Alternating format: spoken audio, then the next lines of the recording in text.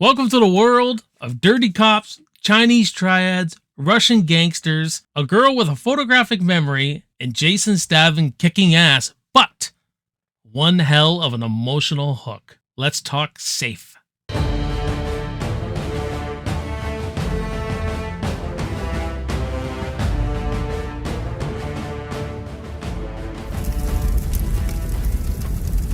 Maya, a young girl whose memory holds a priceless numerical code, finds herself pursued by the triads, the Russian mob, and corrupt New York City cops. Coming to her aid is an ex-cage fighter whose life was destroyed by the gangster on Maya's trail. What's going on, everyone? You're watching Backtrack Cinema. My name is Jason. This is where we talk movies of the past.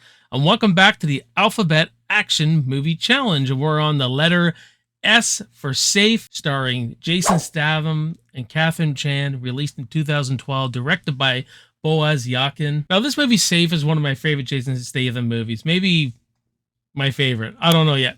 It's very good, though, and it just kind of came out of nowhere. I wasn't expecting much of it. You look at the poster, it seems like your run-of-the-mill Jason Statham movies. Man, did it really deliver. It's where Jason Statham really flexes his acting muscles. He pushes his boundaries. He goes a bit further. It's an action movie with kind of an emotional hook, and it has a great little premise to it, because we find this little Chinese girl who has this insane photographic memory where she can remember any kind of number, any code. So the Chinese triad is giving her codes for the safe and doing all their bookkeeping stuff because she can remember anything.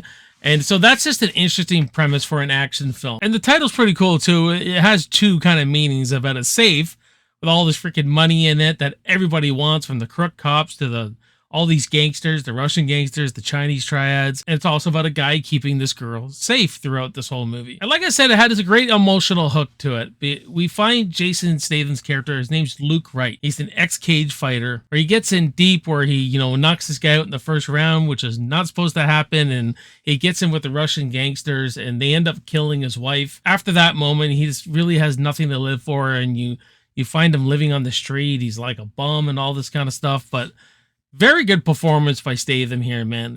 Very good. Like, he goes into deeper emotion. He is the character we've seen him play in all these other movies before, but I just found he went deeper emotionally. And, there's points where you're laughing. There's points where you really feel for this guy. There's one great moment right after his wife is killed. All the gangsters are waiting for him there. He comes out where she's killed in the bathroom, and he just sits there, and he's clenching his fists, and the camera's doing this great push on him. And, he's just sitting there almost crying, and it's really slow. You see that tear coming out of his eye. It's pretty great stuff. And when, he has nothing to live for anymore.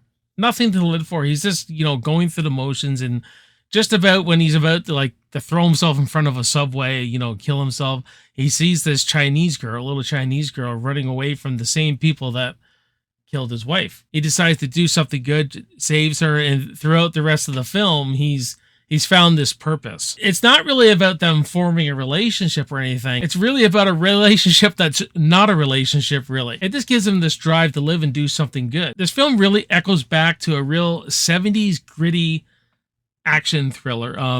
The director was going for the feel of the French Connection. Admittedly, I've not seen the French Connection. I know it's on my watch list. I really have to get on that movie, but I get what he's doing with that 70s action thriller. You see a more decrepit New York. The production design is really good. The way it's shot's really good. I like the creativity the director does. I don't know much about this director. I know he did Remember the Titans, Boaz Yakin, but I know he dips into several different genres. And what attracted him, why he wrote and directed this, was the emotional hook to the story.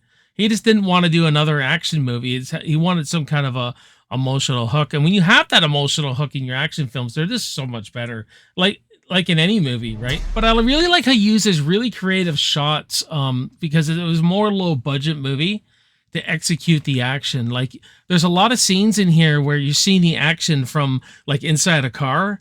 So all these guys shooting at the car, and the camera's in the car, and it gives this claustrophobic feel because you don't know where someone's coming from. You could do it on a lower budget, and they do that a few times. Few good chase scenes too. Really good stuff. Like always in Statham movies, you get some really good car chases and action. And one thing the director does here, he creates a really good pace, and he really focuses in on the emotion through this whole movie. And the way he does that, it took me a few viewings to really notice this, but I was like, this movie has one hell of a pace, and I couldn't really pinpoint it. He doesn't do too many establishing shots of where you are, or wide shots. Whenever he cuts to another scene, it's either on a character's face or a character walking or something like that, where you're on the character. You know what I mean? You're on the emotion on their face. And that was really different. And it really keeps the emotion in the moment, I guess. Very good stuff there. I really like that creative choice. And I like when a director is thinking outside the box like that. And he does that. And, you know, it was cool. Once you notice it, pick up on it, and you know what I mean? When we watch films, we're kind of like this, taking it in, and we're just enjoying it. But when you go to dissect it a bit more, he didn't use any wide shots. There's no establishing shots. Kind of like what James Wan did in Saw, where you never know where they are. There's no establishing shot in the whole movie to give that feel of that movie where you're in this place you don't know where you are, to give us the feeling we don't know where we are. So he does it for emotion and bring the emotion to the surface. So it's really good stuff there. There is shaky cam in this with the fight scenes, but it works here. It's not shaky cam that's going to make you sick. It's done to get you to feel the action more, I think. And the action scenes are quite good. The one restaurant scene where Jason Statham is just kicking ass all over the place, and the subway scene is awesome. I love the subway action scene, man. It's great. It's filmed really tight and up close. And it does give you this claustrophobic feel, but it's bone crunching. And, you know, the audio is really good too. Like all the sound effects, very good stuff here. And the director really subverts your expectations in this film a lot. There's a moment on the subway, like I was talking about, and this is where he kills the guy that killed his wife because they were chasing this Chinese girl. So the movie could have turned into like this revenge style plot and everything, but it doesn't. So halfway through the film, he's already killed the people who killed his wife. Another scene, we find out that Luke Wright he's not only a cage fighter, he was an ex-cop on a special task force, and you know, he had very special skills. He's pretty much a born killer. He worked for the mayor, played by Chris Sarandon, who's really good in this film too. Everyone's crooked from the bottom to the top. The cops are crooked, and the mayor is crooked. And the mayor would send Statham's character and a guy named Alex in to do the jobs that no one else could. Statham ends up ratting all these cops out, and that's when he becomes this cage fighter. But Alex is kind of like our main villain, but we don't meet him until like the last 15 minutes of the movie. There's not really a build up to him, but there is a scene where we see how deadly he is. He's just as deadly as Statham, or if not more. You think there's gonna be a standoff between them and this end fight and everything like that. And the little Chinese girl, Maya, ends up shooting him, and then Statham just puts 10 bullets in him. You know what I mean? And it's over. I like that because it's so different, right? And she says this line that I've seen him fight. Bad business for you.